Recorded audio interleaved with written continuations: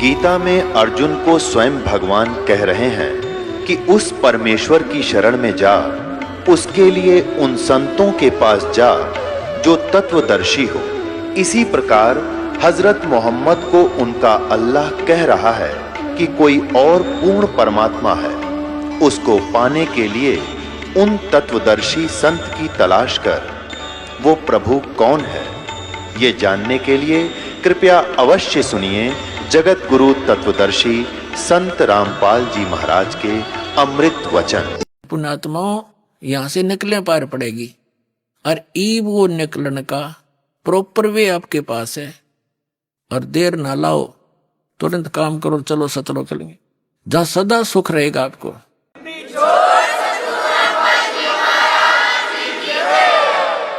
अब क्या बताते हैं, मन तो सुख के सागर बस रे भाई और न ऐसा यस रे। सतलोक को, सचखंड को परमात्मा ने सुख का सागर बताया है। जैसे समुद्र में जब चले जाते हैं बहुत दूर जहाज के माध्यम से, तो समुद्र में जल के अतिरिक्त कोई चीज दिखाई नहीं देती, वो सागर कहलाता है। तो सतलोक के अंदर सुख के अतिरिक्त और कोई वस्तु नजर नहीं आओगी आपने, वो सुख सागर है। अब सुख सागर किसको कहते हैं?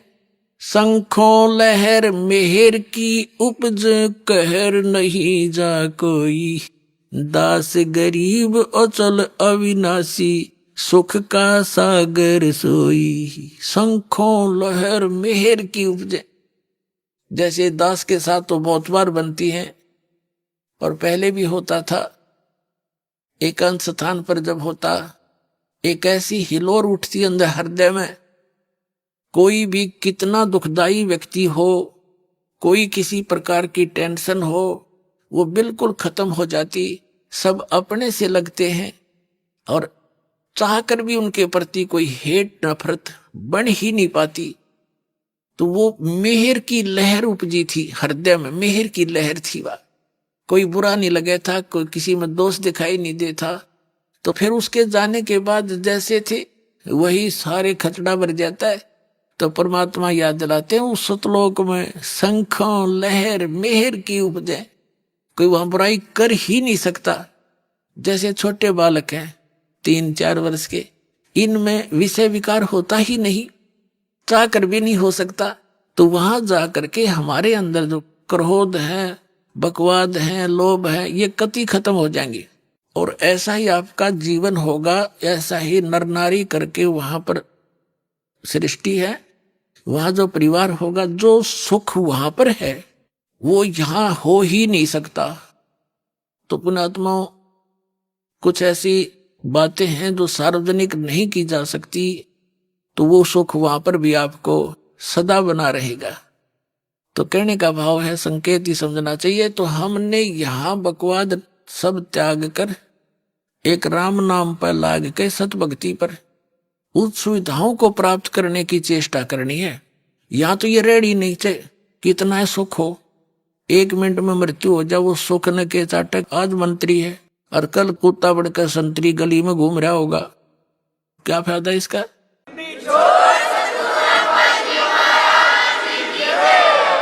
इस सच्चाई से परिचित होकर, इन दुखों से, इस काल के जाल को से परिचित होकर फिर परमात्मा कहते समझा है तो सिर दर पाओ और बहुर नीरे ऐसा दाव। ये दाव है आपका।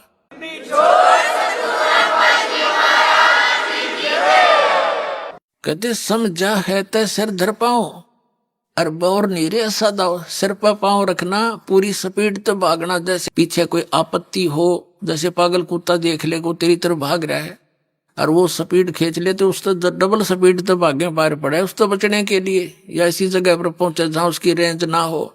तो ये काल एक पागल कुत्ता हमारे पीछे लग रहा है। अब इससे बचने के लिए कहते समझा है तो सिर दर पाओ, यानी डट कर भक्ति कर, बुराइयां तो दूर रहे, मर्यादा तोड़िए मत ना तक, फिर काल खा जाता है। और बहुत डी ऐसा दाव। अब ये दाव है आपका, ये गोल्डन चांस है, ये भक्ति का मिलना, इसमें मनुष्य जन्म आपको प्राप्त होना और इस दास का प्राप्त होना, ये योगों पाचा संयोग जुड़ा करते हैं। जो आज आपके जुड़ गए।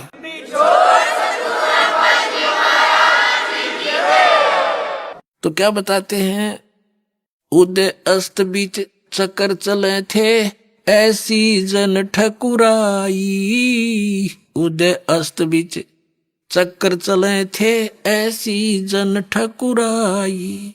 चौणक ऋषि स्वर कल्प करी, जब खोज न पाया राई। मन तू सुख के सागर बस रे, भाई और न ऐसा यस रे। फिर बताते हैं, भाई दुर्योधन से राजा होते, संग एकोतर भाई। दुर्योधन से राजा होते, संग इकोतर भाई। 11 अक्षौणी संग चले थी, देही गीद न खाई। मन तू सुख के सागर बस रे, भाई और न ऐसा यस रे। भाई 60,000 सगड़ के होते, कपिल मुनीश्वर खाए। 60,000 सगड़ के होते, कपिल मुनीश्वर खाए। एक सपुत्र उत्तान पात का, परमात्म पद पाए। मन तू सुख के सागर बस रे, भाई और न ऐसा यस रे। कबीर साहब कहते हैं,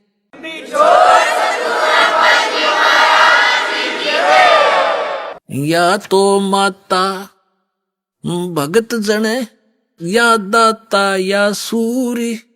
ना तो रह ले बांजड़ी, क्यों व्यर्थ गवावे नूरी। ओए होए।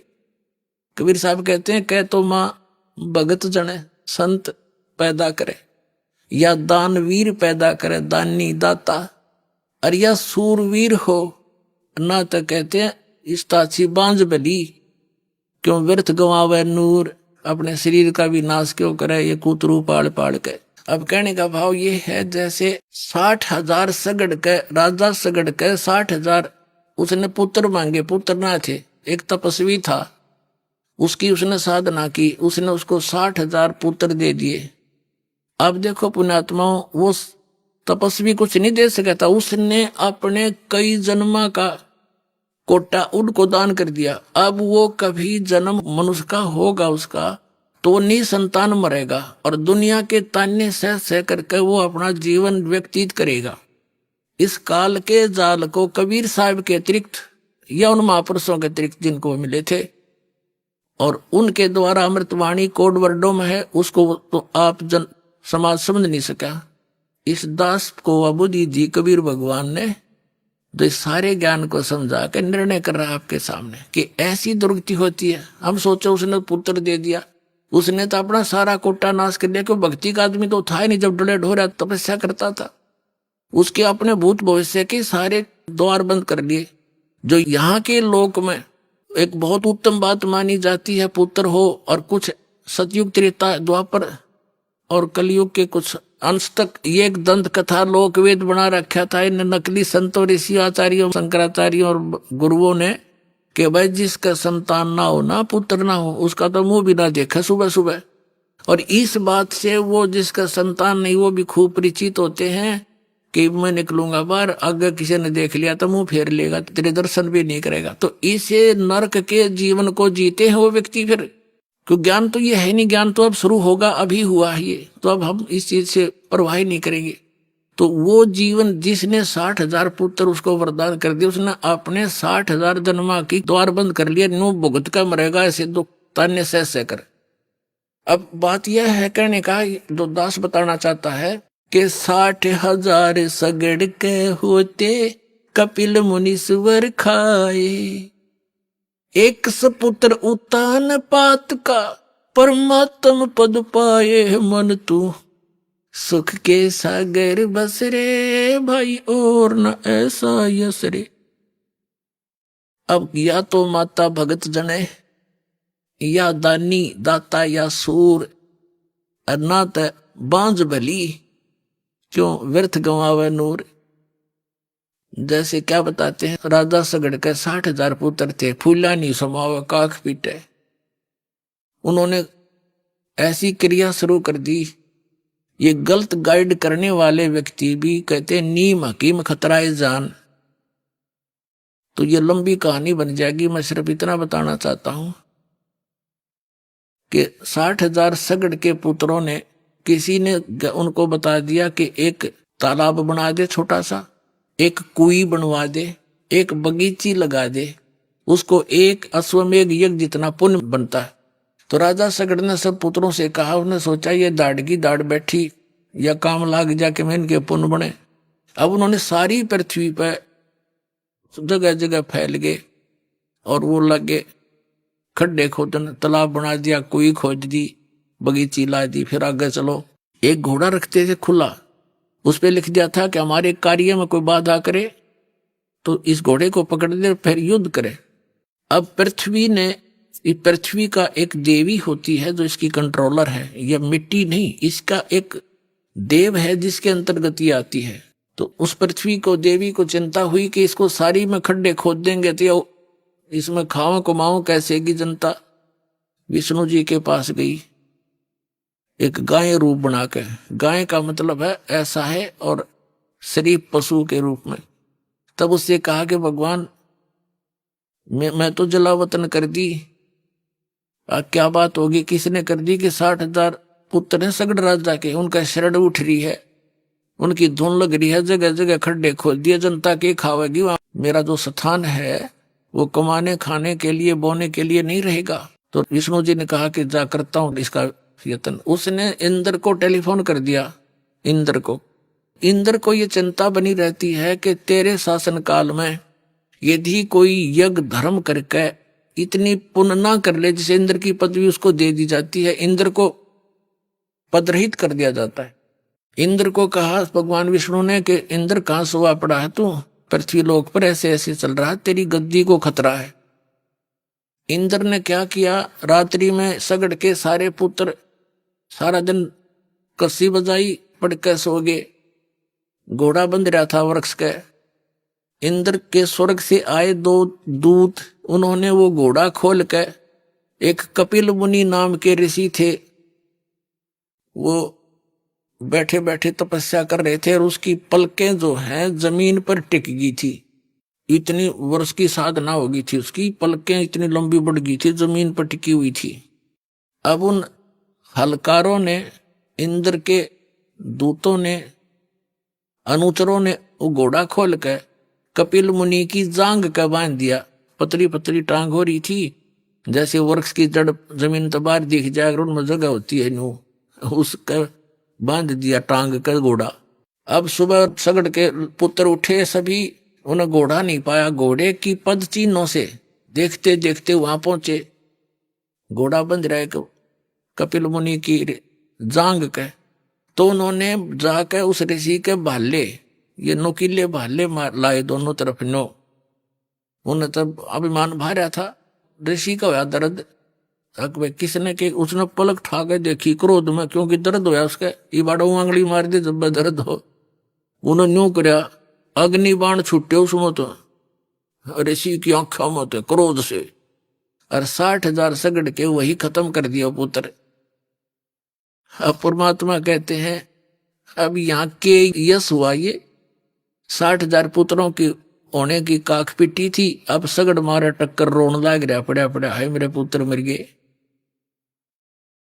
और उधर से ये काल की पुजारी है, कबीर साहब ने हर तरह का ज्ञान दिया है। क्या कहते हैं कि 72 अक्षौणी क्षय करी, ये चुनक ऋषि स्वर एक, दे धारे जोरा फिरे, ये सभी काल के बेखे। ओए क्या बताते हैं कि 72 अक्षौणी क्षय करी, 72 अक्षौणी सेना का नाश कर दिया किसने? उस चुनक ऋषिश्वर एक, जिसको ऋषि वर कहा करते थे, ऋषियों में श्रेष्ठ ऋषि, उसके ये काले कारनामे हैं कि 72 अक्षौणी सेना का नाश कर दिया। कहते हैं दे धारे जोरा फिरे, जोरा माने मौत है। परमात्मा कहते हैं कि सच साधना ना करके, ये अन्य साधना करके ये चलती फिरते एटम बम बन जाते हैं, जिनको तुम ऋषि महर्षि मान रहे थे। अपना जीवन नाश किया और उस बेहतर सोनी सेना चुणक ऋषि ने उस मानदाता का नाश कर दिया। कहते हैं दे धारे जोरा माने चलती फिरती मौत है ये ऋषि। और फिर कहते हैं दुर्वासा को पेता समझन आई नीच, 56 करोड़ या 2 कटे वो मची ही रुधिर की कीच। इस ज्ञान के ऊपर बच्चों फिदा हो जाओ। सही बताता हूँ आपको भगवान के ज्ञान पर।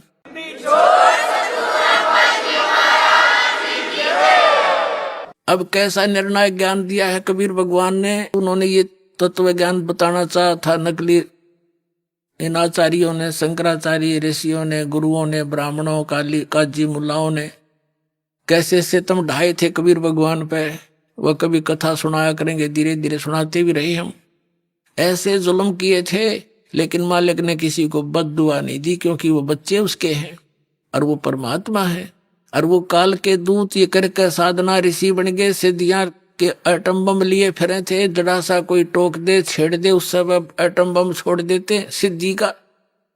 कहते हैं दुर्वासा को पे तहा समझने आई नीच, और 56 करोड़ या 2 कटे या मची रुधिर की कीच। जरा सा मजाक किया था बच्चों ने जाके दुर्वासा से, बालक करे दिया करें, इतना बुरा श्राप दिया करें, ये दुष्ट हैं, तुम इनको ऋषि कोई राक्षस हैं। तो जिसने श्राप दे दिया तुम सारे यादों का नाश होगा, इसका ढायत है। ये ऋषियों के काम है, ये तो दुष्टों के काम होते हैं। चाहे वचन से मार दे चाहे गोली से मार दे, वो तो हत्यारा ही है। तो इसी प्रकार कहते कपिल मुनि का जाकर हींगा मनु बाल्य लगा दिए और कहा रे तू कैसे खोला हमारे घोड़े को। कपिल मुनि ने वो उठाई अपनी पलकें और कहते अग्नि बाण छुटे, 60,000 सगड़ के नाश कर दिए। अब क्या बताते हैं, मन तो सुख के सागर बस रे भाई और न ऐसा यस रे। भाई 60,000 सगड़ के होते कपिल मुनीश्वर खाए। कपिल मुनीश्वर ने खा दिए वह। एक सपुत्र उतान पात का वो परमात्म पद पाए। मन तू सुख के सागर बस रे जा और न ऐसा यस रे। कहते एक सपुत्र उत्तान पात का ध्रुव और परमात्म पद पाए और 60,000 सुगड़ के को बद्दी थे। कहते यही मार खा गए। अब जैसे आप जिन लोक वेद सुन रखा था, ध्रुव पार हो गया, प्रहलाद पार हो गया, फलाना पार हो गया, और यदि हम बतावें कि रविदास पार हो गया, फलाना पार हो गया, वह थारा दच्चा नहीं, तो उन्हीं के उदाहरण देने पड़ते हैं कि जैसे ध्रुव पार हो गया आप मानते ही हो, तो परमात्मा ने उन उदाहरणों से समझाया है कि तुम भक्ति करने वाला एक का सपुत्र बतेरा और वो 60,000 का लंगार बता के काम आया। तो यहाँ परमात्मा कहते हैं सत भक्ति करोगे ध्रुव से भी अच्छी पदवी पाओगे तुम, जो दास आपको बताने जा रहा साधना।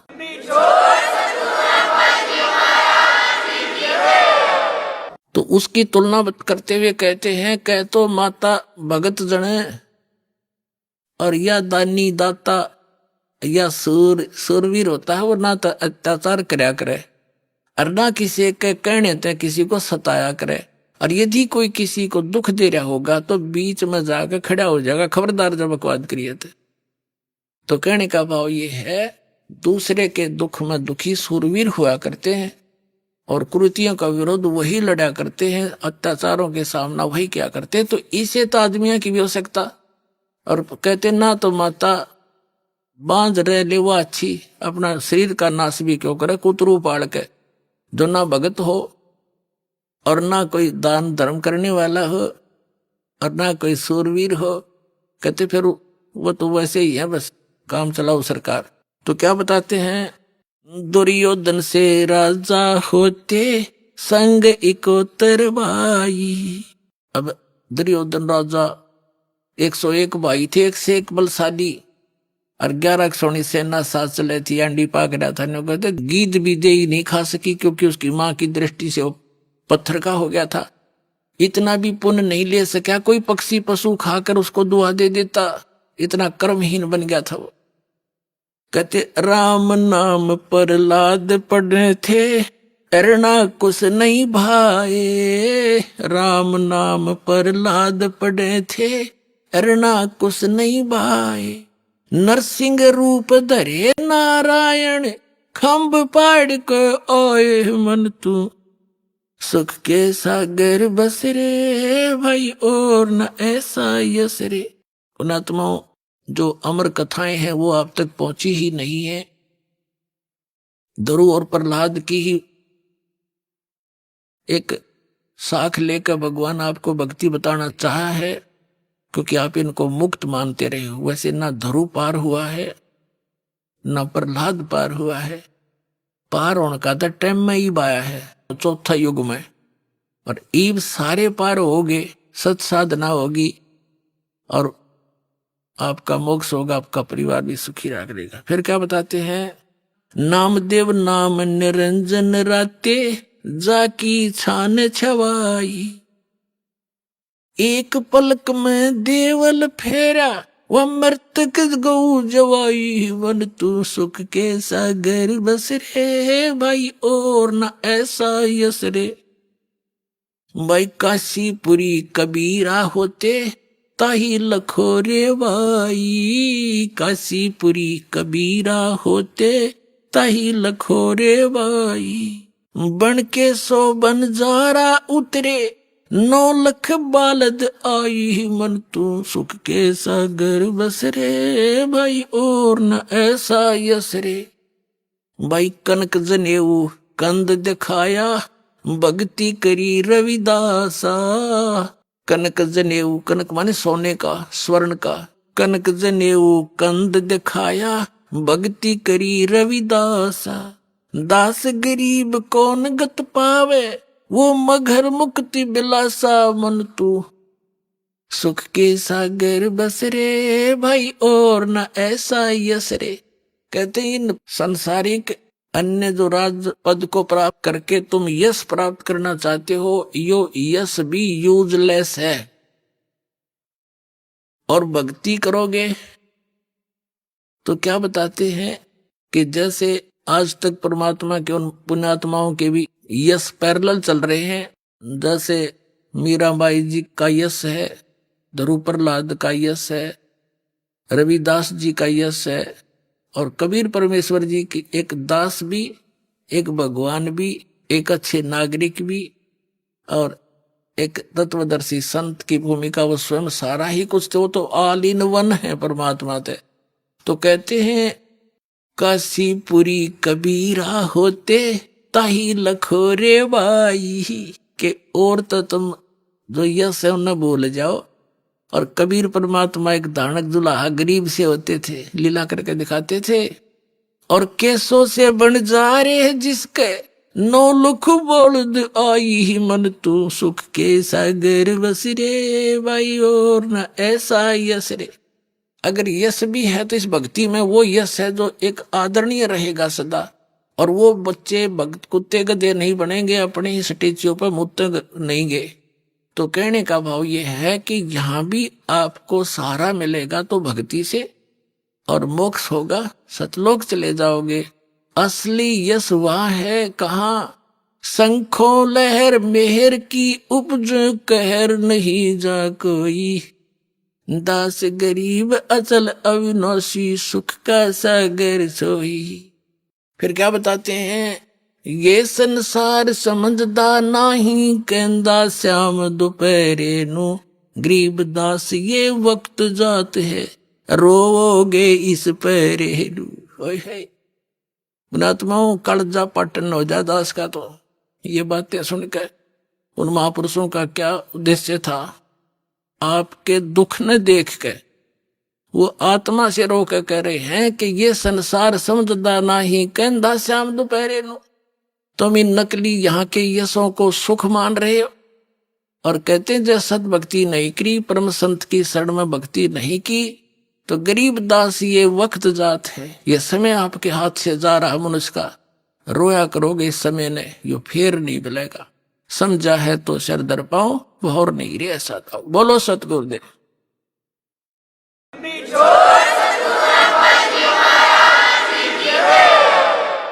वो कबीर परमात्मा कौन है? जिनके गुण वेद भी गाते हैं, जिनकी महिमा कुरान शरीफ भी बतलाती है,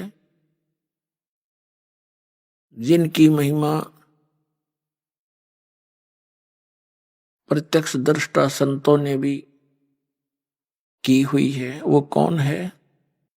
अनंत कोटि ब्रह्मांड का एक रति नहीं भारे, सतगुरु पुरुष कबीर हैं कुल के सिरजनहारे। हम सुल्तानी नानक तारे दादू को उपदेश दिया, जात जुलाहा भेद न पाया वो काशी माहे कबीर हुआ। जुलाहा कबीर, दानक कबीर, ये परम अक्षर ब्रह्म है। पुण्यात्मा, हम परमात्मा की परिभाषा का कैख भी नहीं समझ सके आज तक, जब तक ये तत्व ज्ञान हमें प्राप्त नहीं हुआ था।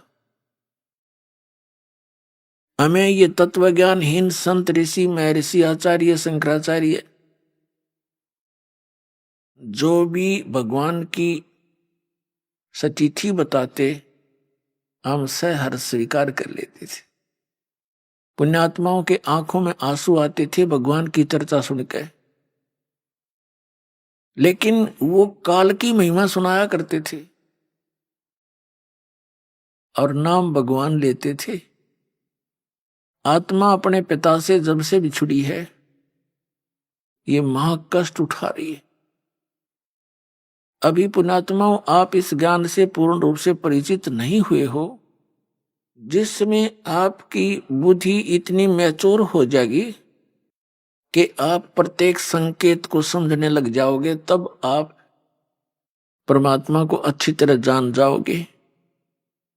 अभी तो आप ऐसी स्थिति में हैं जैसे कोई छोटे से बालक उठाकर किसी पेन को और कहता है पिताजी ये क्या है, तो पिताजी कहता है कि बेटा ये पेन है। वो कहता है पिताजी कहता पेन है, या दादाजी जो भी जिससे वो पूछ रहा है, फिर कहता वो फिर बताता है ये पेन है।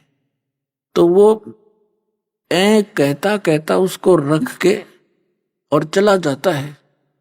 उसकी बुद्धि इतनी मैच्योर नहीं हुई है, इतनी विकसित नहीं हुई है, पिताजी ये बता क्या रहा है। और उसको अविश्वास भी नहीं, क्योंकि वो अपने फादर से पूछ रहा है, लेकिन उसकी बुद्धि स्वीकार नहीं कर रही पेन है क्या वस्तु। और जब वो थोड़ा सा बड़ा हो जाता है, फिर उसको कहते हैं बेटा या बेटी, वो पेन ला उठा करके दौड़ा जाता है और पेन उठा के ला देता है, फिर नहीं पूछता ये क्या है। तो पुण्यात्माओं, अभी आपकी या नहीं मिट्टी है। इस को मिटाने के लिए इतना ज्ञान दिया जा रहा है, सैकड़ों प्रमाण रखे जा रहे हैं आपके सामने। एक दिन आपकी या मिट जाएगी, क्योंकि ज्ञान से ही मिटेगी। वो क्या है? जैसे हम कहते हैं परमात्मा कबीर साहब है, आप सभी स्वीकार करते हो क्योंकि प्रमाण गणे दे दिए। फिर हम बताते हैं कि ये लोग यहां रहने का नहीं है, और ये परिवार जिसको आप मानते हो आपका नहीं है। ये परमात्मा के बच्चे आपके संस्कारवश जुड़े हुए हैं। और जो संपत्ति, जो घर मकान कोठी बंगले तुम बनाए बैठे हो, ये आपके नहीं है। लेकिन आप अस्वीकार भी नहीं करते। दास बोल रहा है क्योंकि आप मेरे शब्द के बच्चे हो, जिसे नाद के कहते हैं। और आपको ये अविश्वास भी नहीं है कि गुरुजी गलत कह रहे हैं, लेकिन यह बात आपकी स्थिति में है अभी तक। तो एक समय ऐसा आएगा, आपको ये अपने नहीं, भगवान के संपत्ति दिखाई देगी, भगवान के ही ये सब जीव दिखाई देंगे। फिर आपकी भक्ति भी दृढ़ बनेगी और आप निश्चिंत भी होगे, क्योंकि मालिक ने प्रत्येक की चिंता है। नौकर का जितना काम होता है नौकर उतना ही कर सकता है। उन बच्चों को जो उस मालिक ने देना है वो नौकर को दे देता है कि आप इनको ऐसे ऐसे सुविधाएं प्राप्त कराओ, तो वो नौकर का उतना ही काम है वो करवा दे। तो अभी हम मुखिया बनकर काम करा करते, फिर हम एक दास बनकर परमात्मा का जैसा भी जिसका रोल है, एक फिल्म है ये, तो इसमें जिसका जैसा रोल है उसको एक सुचारू ढंग से करें, भगवान से डर के करें, किसी की आत्मा नहीं दुखावे, क्योंकि सब उस मालिक के बच्चे हैं। और इस मन पापी ने डांटे, जरा सा क्रोध होकर मन माने यू घर में कड़े मचवा दे 1 मिनट में, उसको ज्ञान से और परमात्मा के भय से उसको कंट्रोल करें। तो अब दास जो आपको बता रहा है कि आप यहां बहुत कष्ट उठा रहे हो और आप इस बात को सुन अवश्य लेते हो, लेकिन ये समझ में नहीं आता कि कष्ट कैसे उठा रहे हैं। कोई समझता है कि मैं बीमार हूं इसलिए कष्ट है मुझे, नहीं। यहां जो मूल कष्ट है जन्म और मरण का, ये भारी रोग है। उसके बाद 84 लाख योनियों में पशु पक्षियों के शरीरों में पुण्यात्माओं कैर टूट रहा प्राणी पे। अब आप मनुष्य हो और मानव शरीर में ही आप ज्ञान ग्रहण कर सकते हो, और मानव शरीर में परमात्मा ने इतनी सुविधा भी दी है आपको कि आप अपने मकान झोंपड़ी डाल सको, गर्मी सर्दी से बचने के लिए पतले मोटे कपड़े की व्यवस्था कर सको। आप उसको छोड़कर आप भक्ति मार्ग से दूर होकर केवल यहाँ की संपत्ति जोड़न में और यहाँ कोठी बंगले बना के एक फोकट में मां बनाने की ओर सी लगा लिया आपने, जो आपकी भारी भूल है।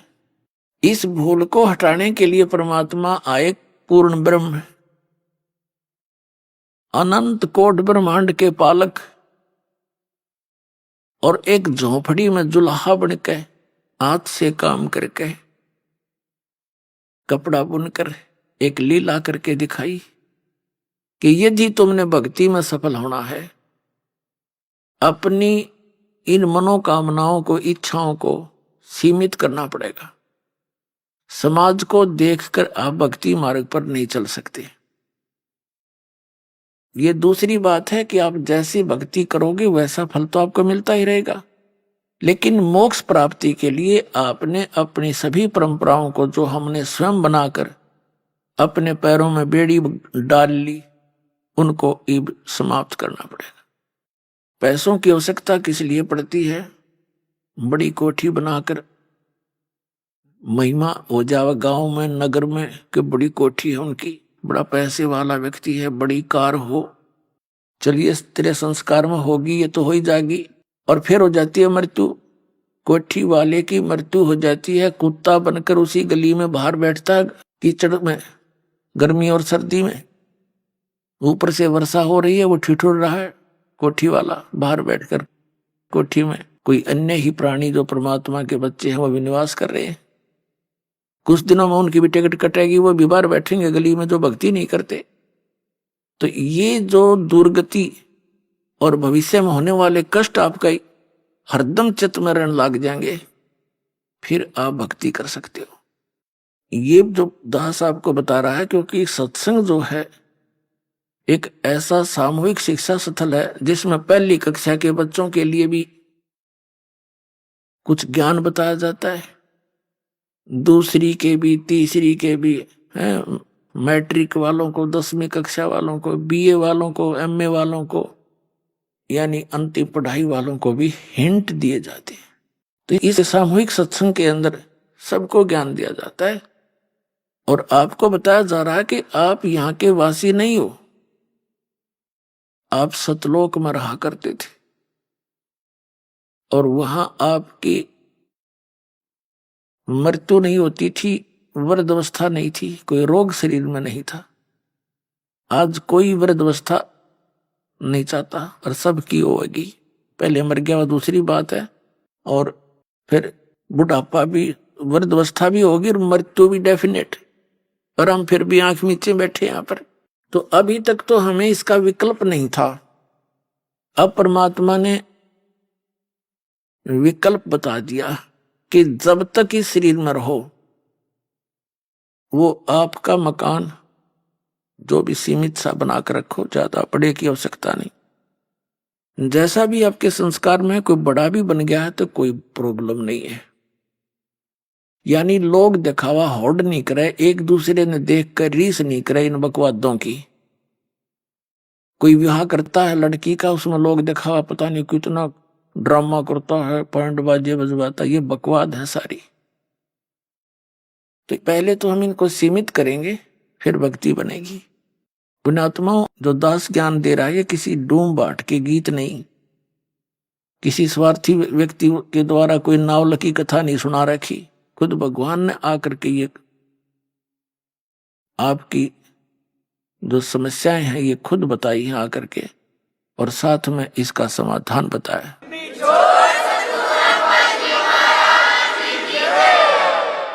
और आप जी ने बहुत दिन हो गए यहाँ कष्ट उठाते ने। अब परमात्मा कबीर जी पिता हैं हम सबके, और आपके दुख को देखकर वो स्वयं दुखी रहते हैं। आपने गलती अवश्य कर दी, और जैसे एक सेब खराब हो जाती है, सेब विक्रेता को वो सेब बहुत प्यारी होती है, उसको पता है कितनी कीमती है, लेकिन खराब होने के बाद उसके पास कोई विकल्प नहीं है, उसको बाहर फेंकना ही पड़ता है। तो पुण्यात्माओं, हम उस सतलोक में रहने के लायक रहे नहीं थे, इसलिए परमात्मा ने हमें बाहर फेंकना पड़ा कि ये औरों को खराब ना कर दे। तो अब वो कितने दयालु हैं कि शायद इनकी बुद्धि ठिकाने आ गई हो, इतने कष्ट उठा करके अब मान जा मैं अब भी सीने का लगाकर सतलोक ले जाऊंगा अपने बच्चों को, वहां कभी दुख नहीं होगा, कभी मृत्यु नहीं होगी। तो इसके लिए बताते हैं, यहां जो परमात्मा स्वयं आए थे, एक झोपड़ी में रहा करते, घास फूस की छात बना के, लकड़ों के टांग के, और उसमें 120 वर्ष रहे और सारी सृष्टि का पालन करते थे। वो सारी सृष्टि के पालक हमें ये दिखाने के लिए कि यदि तुमने मोक्ष चाहिए, ये बकवाद छोड़नी पड़ेगी, समाज को नहीं देखना होगा, एक दास बनकर रहना होगा। एक गणेश सेठ की, वैसे तो भक्ति के लिए थे, सेठ भी है, भक्ति वो भी कर सकता है जैसे धर्मदास जी थे, लेकिन मर्यादा के अंदर रहकर ही भक्ति की उन्होंने। तो वो परमात्मा हमें इसलिए दिखाने आते हैं कि भाई तुम ऐसे विश्वास करके देखो जैसे परमात्मा ने एक रोल कराया, एक बिल्कुल निर्धन व्यक्ति, हैंड टू माउथ, कपड़ा जैसे रेजा कपड़ा बनाया करते थे, कपड़ा बन गया, और जो मेहनताना उनको मिला उसमें से एक परिवार का भी पोषण किया। परिवार कैसा था परमात्मा कबीर जी का? उनकी कोई पत्नी नहीं थी, उनके कोई माता पिता नहीं थे, उनके कोई बालक नहीं थे, क्योंकि हमारे को आज तक परमात्मा का ज्ञान प्राप्त ही नहीं हुआ। हमने श्री राम, श्री कृष्ण, राजा दशरथ के पुत्र, इन राजाओं की ऐद और भगवान बना करके केवल इनकी कथाएं सुनी थी। जो परमात्मा की कथा हमारे सदग्रंथ बताते हैं, वेद सबसे प्रमुख माने गए हैं। तो जो भगवान लीला करता है, जो उसके गुण हैं, वो वेदों में वर्णित है, और वो वेदों में वर्णित जो लीलाएं हैं वो केवल कबीर देव ने, कबीर साहब काशी वाले धानक जुलाए ने कर रखी है। इस विश्व में किसी महापुरुष की ऐसी लीला नहीं जो वेदों से मिलती हो। तो कबीर परमात्मा है, पूर्ण ब्रह्म है, सत्य पुरुष है। तो ये परमात्मा को परमात्मा सिद्ध करने के लिए इतने प्रमाण आपके समक्ष बताए जाते हैं। उनका परिवार कोई नहीं था, और उनके माता पिता या बालक नहीं थे। नीरू नीमा नाम के एक मुसलमान निसंतान थे, पति पत्नी, और कबीर परमात्मा यानी पूर्ण ब्रह्म सत्य पुरुष सतलोक से आकर काशी शहर में लहर तारा नामक एक तालाब के अंदर कमल के फूल के ऊपर एक शिशु रूप धारण करके विराजमान हुए थे। नीरू नीमा प्रतिदिन उस सरोवर में स्नान करने के लिए जाते थे। गर्मियों का मौसम था और परमात्मा को सरोवर में कमल के फूल पर पाकर वो फूले नहीं समाई घर ले आई। फिर परमात्मा ने 25 दिन तक कुछ भी आहार नहीं किया तो दोनों बड़े चिंतित हुए। विशेषकर नीमा बहुत दुखी हुई और अंत में फैसला कर लिया कि यदि ये बालक मर गया तो मैं भी साथ मरूंगी। तब कबीर परमेश्वर बालक रूप में जो उनके घर पे निवास करते थे, उन्होंने प्रेरणा की भगवान शंकर से। भगवान शंकर अपने शिवलोक से आए साधु रूप बना के। तब नीरू और नीमा से उनकी समस्या का कारण पूछा, क्यों दुखी हो तुम? उन्होंने कारण बताया कि एक बालक मिला है। नीरू नीमा उसी जन्म में पहले एक ब्राह्मण ब्राह्मणी थे। गौरी शंकर और सरस्वती उनका नाम था। गौरी शंकर ब्राह्मण का, पुरुष का, और सरस्वती उस बहन का नाम था, उसकी पत्नी का। मुसलमानों ने उनको जबरदस्ती मुसलमान बना दिया था, जिस कारण से वो अन्य ब्राह्मणों ने समाज से निकाल दिया था। पहले उनको दीक्षिणा मिलती थी, वो बंद होगी तो उन्होंने जुलाहे का कार्य शुरू कर दिया था। लेकिन वो भगवान शंकर के दृढ़ पुजारी थे। वो भले ही मुसलमान बन गए थे, लेकिन पूजा वो अपने भगवान शिव की हृदय से किया ही करते थे। वैसे तो यथार्थ ज्ञान आपको जब होगा तो हजरत मोहम्मद जी तो थे, ये भगवान शिव के लोक के एक गण थे, पुण्यात्मा थी। भगवान शिव के लोक से ही आए थे वो भी। मुसलमान धर्म टोटली भगवान शंकर के ही उस गण के द्वारा बताए गए ज्ञान पर, उनके फार्मूलों पर वो अपना भक्ति मार्ग करते। तो भगवान शंकर ने आकर उनसे पूछा साधु रूप में, तब उन्होंने कारण बताया। नीमा ने कहा कि भगवान हमारे कोई संतान नहीं थी और हमारी आयु भी 60 वर्ष से ऊपर हो गई है। अभी कुछ दिन पहले मैंने हृदय से पुकार की थी अपने भगवान शंकर की। उन्होंने मुझे कमल के फूल पर एक बालक दिया है। अब ये बच्चा कुछ खा नहीं रहा, ना पी रहा है, और ये मर गया तो साथ मरूंगी महात्मा जी।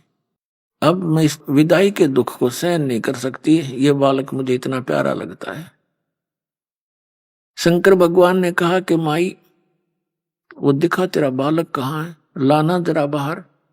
माई लाई नीमा उठा के, सोचा बालक को महात्मा जी के चरणों में डाल दूं, ये कुछ रहम कर दे, इनका जीवन बच जाए। इस उद्देश्य से नीमा ने भगवान शंकर के चरणों में बच्चा डालना चाहा, ऐसे चरणों में रखना चाहा, ऐसे आकाश में उड़ गए भगवान, और भगवान शंकर के सिर के बराबर में आके ऐसे स्थिर हो गया हवा में। नीमा ने सोचा कि इस बाबा जी में करामात बहुत घनी, मेरा बेटा उड़ा दिया, हवा में रोक दिया। तब परमात्मा ने कहा कि हे महात्मा जी, इनसे कहो एक कंवारी बछिया ले आवे। उस कंवारी बछिया पर आप अपना हाथ रख देना आशीर्वाद का, वो दूध दिया करेगी। अब भगवान शिव ने जब देखा बालक आकाश में उड़ गया, शिव जी को तो पता था कि मैंने नहीं कुछ किया, इसके ऐसे कोई मेरा योगदान नहीं है इसके आकाश में उड़ जाने में। और ये बोल रहा है छोटा सा बालक, ये कोई महापुरुष है, सिद्ध पुरुष है। भगवान शिव ने ऐसा किया कि आओ मेरे पास, गोदी में आगे परमात्मा उनके हाथों में आगे, जैसे बालक आ जाता है। फिर भी 2-3-4 बार उनसे बात करी और फिर कहा कि इनसे मैंने जो कहा वैसा करें। तब नीमा को भगवान शंकर ने कहा कि माई, ये बेटा तेरा मरने वाला नहीं है, देखो मैंने इसका हस्त रेखा देखी है, इसकी तो बहुत लंबी आयु है, ये जब तक चाहेगा शरीर नहीं छोड़ेगा, तू चिंता ना कर, ये मरेगा नहीं।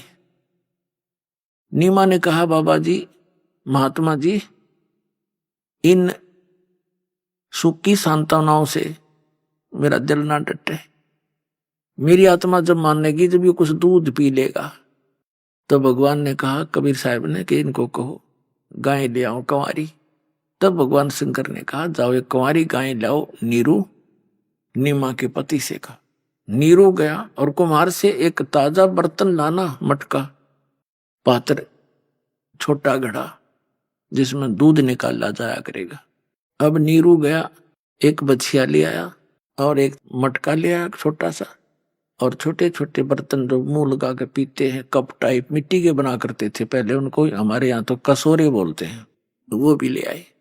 परमात्मा के आदेश अनुसार भगवान शंकर जी ने उस बच्चिया की कमर पर आशीर्वाद भरा हाथ मार दिया, लंबे लंबे सतन हो गए और दूध की धार चल पड़ी। और पात्र साफ करके नीचे रख रखा था, वो भर गया। तो उस प्रकार परमात्मा प्रतिदिन दूध आहार करने लगे, दूध पान करने लगे। परिवर्ष की लीला कबीर परमात्मा की बालक रूप में जब आए थे, कंवारी गाय से हुई थी। ये परमात्मा कबीर जी की जीवनी में लिखा है। और उस परमेश्वर कबीर जी ने, जो परमात्मा परम अक्षर ब्रह्म सत्य पुरुष अमर पुरुष जो लीला किया करता है, वो लीला कर रखी थी। उसी के अनुसार वो आदरणीय गरीबदास साहिब जी को मिले थे, जैसे कि आपको सत्संग में सुनाया था सुबह। उनको सचखंड लेकर गए थे, फिर उनके अंदर पूरा ज्ञान भर दिया था भूत और भविष्य का। पहले क्या हुआ था, मैंने क्या क्या लीलाएं की थी, मैं कहां कहां रहा था। जैसे श्री तुलसीदास जी ने लाखों वर्ष पहले की रामायण लिपिबद्ध कर दी चौपाइयों के माध्यम से, दोहों के माध्यम से, और वो सर्वमान्य है हिंदू समाज में। इसी प्रकार आदरणीय गरीबदास साहिब जी ने उस परम अक्षर ब्रह्म की लीला, कबीर परमेश्वर की लीला, उनके द्वारा प्राप्त दिव्य दृष्टि और दिव्य ज्ञान के आधार से अपनी अमृत वाणी में लिख रखी है, जो एज इट इज सर्वमान्य है। जो परमात्मा ने लीला की थी उनसे भी मिलती है, जो कबीर सागर में लिखी हुई है। और जैसे दिव्य दृष्टि जो होती है, इसकी समता होती है, क्षमता। जैसे दूरबीन होती है, दूरबीन, उनकी क्षमता होती है, एक तो 1 किलोमीटर तक का दिखा दे, एक मनमाने आसमान में सैकड़ों किलोमीटर तक या दूर तक का दिखा सकती है, देख सकती है। इसी प्रकार दिव्य दृष्टि और दिव्य ज्ञान की भी अपनी क्षमता होती है। तो आदरणीय गरीबदास साहिब जी के पास जो दिव्य ज्ञान और दिव्य दृष्टि थी, वो श्री तुलसीदास जी के दिव्य ज्ञान और दिव्य दृष्टि से कहीं अधिक महत्वपूर्ण और ज्यादा शक्तिशाली थी, अधिक श्रेष्ठ थी। तो आदरणीय गरीबदास साहिब जी ने भी अपनी वाणी में प्रमाण दिया है। तो पुण्यात्माओं, सबसे पहले तो आपको परिचित कराते हैं कि क्या ये लीला कबीर साहब ने की। कंवारी गायों का दूध पिया बचपन में, वो कहां प्रमाण है, आपके रूबरू करते हैं पवित्र कबीर सागर के अंदर। पुण्यात्माओं, जब तक आप जी को ये विश्वास दृढ़ नहीं होगा कि हम जिस परमेश्वर की शरण में हैं वो कौन है और कितना लाभ दे सकता है, तो तब तक आप दृढ़ नहीं हो सकते। आपको दृढ़ करने के लिए ये ढेर सारे प्रमाण दिखाए जाएंगे, और इस ज्ञान को समझने के बाद आपकी स्थिति ऐसी हो जाएगी। कबीर साहब ने बताया है कि ऐसे बोला करोगे तुम, आपकी आत्मा कहा करेगी, बंदी छोड़ दयाल जी तुम तक हमारी दौड़े, जैसे काग जहाज कहा अब सूजत और न ठोरे। जैसे समुद्री जहाज के ऊपर कौवा बैठकर चला जाता था, और शाम को वो खाना खाने के समय वो खा रहे होते हैं, वो बैठ जाता ऊपर चला जाता है। रात्रि रात्रि में 200-300 किलोमीटर, 400-500 किलोमीटर जहाज चला जाता है। और पुराने समय में क्या होता था कि ये दिशा सूचक कई बार जो सही दिशा नहीं बता रहे होते थे, उसका कारण ये होता था कि समुद्र में कई चुंबकीय चट्टानें होती हैं, जिस कारण से वो दिशा सूचक चुंबक डिस्टर्ब हो जाता था। तो जहाज के जो चालक होते थे वो सुबह अपने दिशा सूचक यंत्र को चेक करने के लिए जो कौवा जहाज पर बैठा होता है उसको विवश कर देते थे, डले मार मार कर उड़ने के लिए। और कौवे के अंदर एक विशेषता दी है परमात्मा ने कि वो उस दिशा को कभी नहीं भूलता जिस दिशा से वो चला था, पूर्व से चला था या पश्चिम से चला था या दक्षिण से चला था। तो कौवा उड़कर उसी दिशा को बैक होने की चेष्टा करता है जिस दिशा से वो चले थे, एग्जैक्ट। तो उधर से कौवे की दो दिशा देख करके वो चालक अपने यंत्र को चेक कर लेते थे और अपनी दिशा से भी वो कन्फर्म हो जाते थे कि हम सही जा रहे हैं, नहीं तो ठीक कर लेते थे। अब कौवा 150-200 फुट तक दौड़ता है, उड़ जाता है वापस आने के लिए कि वहां से पत्थर उत्थर मार दिए उसके। अब जहां देखता वहां जल ही जल है और जल में जहां बैठे वहीं डूब मरे।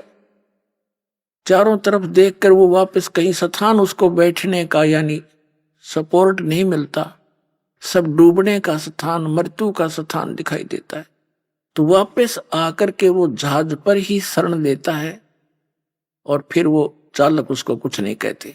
तो जिस प्रकार उस जहाज के काग को, जैसे उस जहाज के कौवे को उस जहाज के अतिरिक्त अपनी जीवन रक्षा का स्थान कहीं नजर नहीं आया और वापस में वो जहाज ही आकर ग्रहण किया, जहाज में बैठा और सारा डूब मरण का था।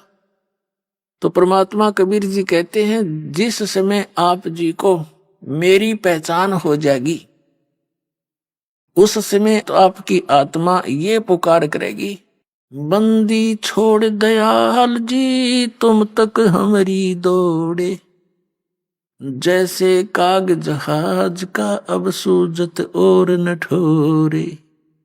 और ठिकाना पृथ्वी पर आपने दिखाई नहीं देगा इस सतलोक आश्रम बरवाला के अतिरिक्त। ऐसी स्थिति कर दूंगा आपकी।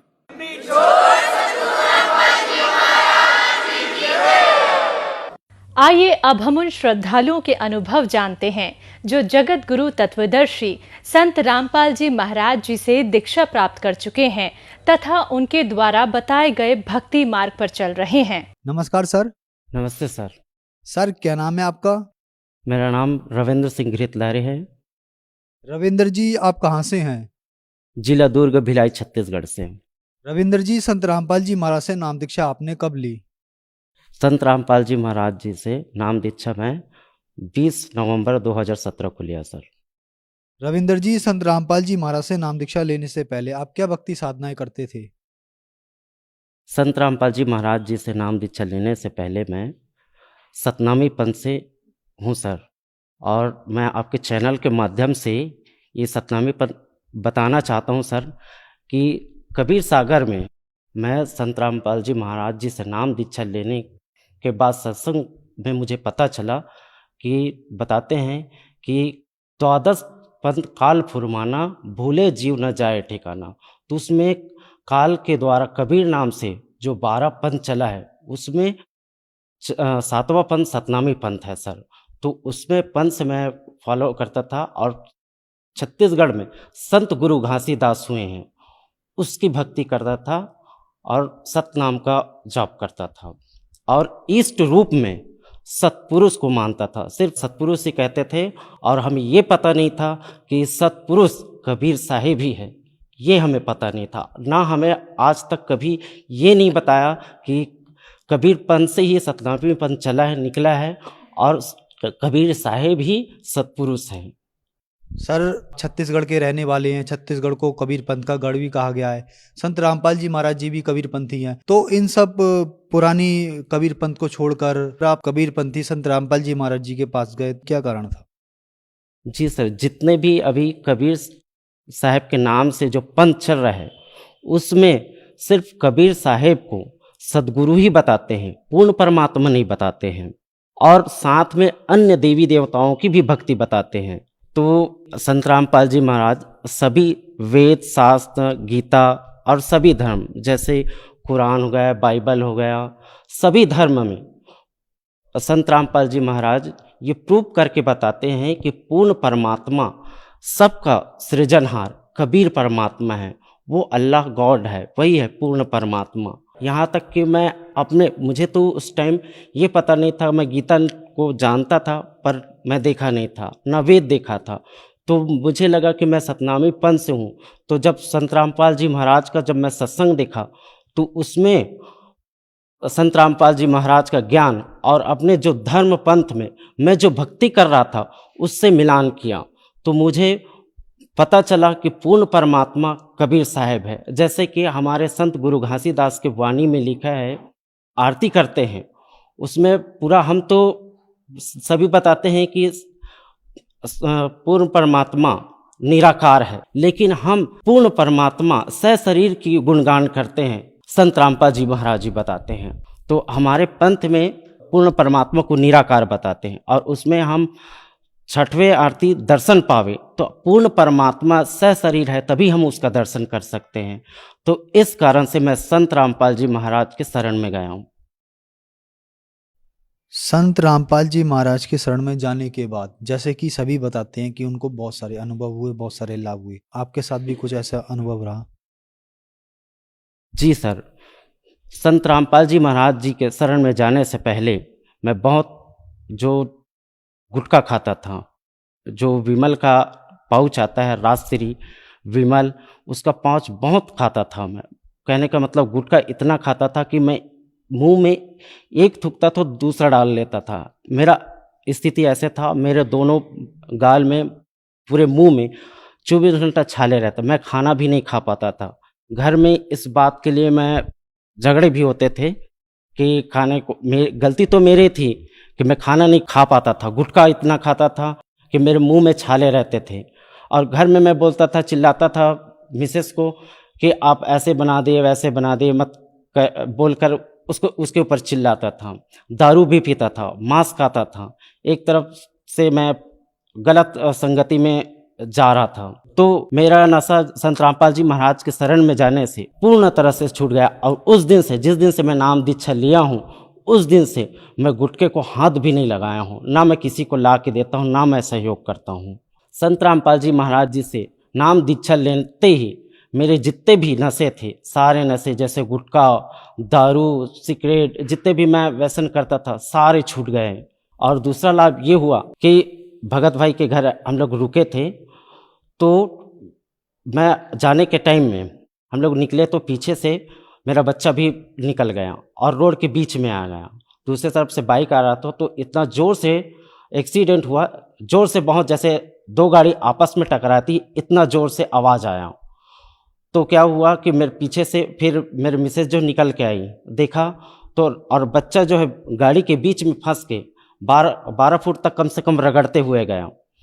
तो देखा तो ये हुआ कि हम लोग उम्मीद नहीं कर रहे थे कि बच्चा बच जाएगा। मैं तो देखते रह गया। मिसेज जो देखी तो बोले कि बंदी छोड़, हे बंदी छोड़ करके बोले, और जैसे तैसे बाइक का हैंडल मुड़ा तो बच्चा गोदी में ले लिए। तो उसके बाद देखा तो 2 मिनट के बाद में बच्चा खुद से रोने लगा मम्मी करके। बच्चे स्वस्थ था, कुछ भी नहीं हुआ था, उसको कुछ भी खरोच भी नहीं आया था, बच्चे सही था। तो जो बाइक वाले भी थे तो वो भी मतलब देख के पहले तो बोलने लगे कि हम लोगों को कुछ करेंगे, मारेंगे, पीटे। तो हमने बोला कि हमारा बच्चा सही है, आप जा सकते हो भैया करके हम उसको जाने दे दिए। तो घर में ला के देखा तो बच्चे सही था, उसको कुछ भी नहीं हुआ था, परमात्मा संत रामपाल जी महाराज की दया से। सर, संत रामपाल जी महाराज से नाम दीक्षा लेने के बाद आपको बहुत सारे लाभ प्राप्त हुए, तो संत रामपाल जी महाराज से नाम दीक्षा कैसे ले सकते हैं? संत रामपाल जी महाराज जी का विभिन्न चैनलों में सत्संग आता है, उसके नीचे पट्टी चलती है, उसमें आश्रमों का नंबर दिया गया रहता है, उसमें आप कांटेक्ट करके आप नाम दीक्षा ले सकते हैं और सद्भक्ति करके मोक्ष करवा सकते हैं। धन्यवाद सर। सत साहिब।